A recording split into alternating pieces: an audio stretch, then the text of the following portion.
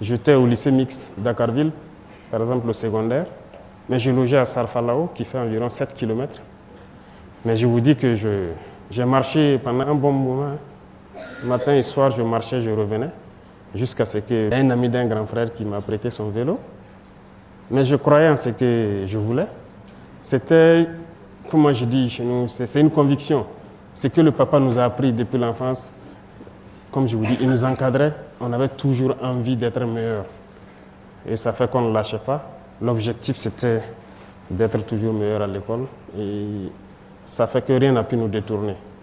Et l'éducation qu'on a reçue, même si on ne mangeait pas, ce n'est pas pour autant qu'il faut se décourager.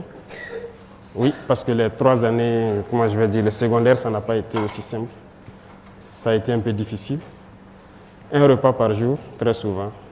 Mais ce n'est pas grave. Je cuisinais moi-même, je faisais tout moi-même.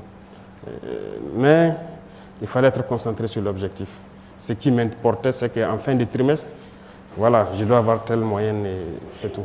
L'amour d'être militaire m'a toujours habité. Comme je l'ai dit, le vieux était militaire avant d'être infirmier. Depuis l'enfance, moi, j'apprenais toujours à ces rangers, ces casques lourds qui étaient à la maison, je les portais. Donc, je sais qu'ils savaient que j'ai l'amour du métier, mais la maman n'a jamais souhaité avoir un enfant militaire. Et au CM1, j'ai fait le concours de l'excellence. Et au CM2, il y a mon maître qui voulait coûte que je passe le concours de Britannique. Mais la maman s'est opposée farouchement parce qu'elle ne voulait plus. Elle a vu la souffrance sûrement du papa en tant que militaire, donc elle ne voulait pas qu'un de ses enfants soit militaire. Elle a refusé. J'ai continué à bosser.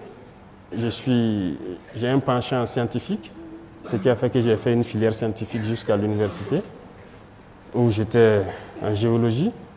Voilà. Après le bac, j'ai souhaité encore rejoindre l'armée, mais elle a refusé. Mais quand elle me refusait quelque chose, je ne pouvais pas forcer, parce que si tu forces, ce n'est pas bien. Donc j'ai continué. En année de maîtrise encore, à l'université, je l'ai encore demandé. Je l'ai dit, c'est l'armée que je veux.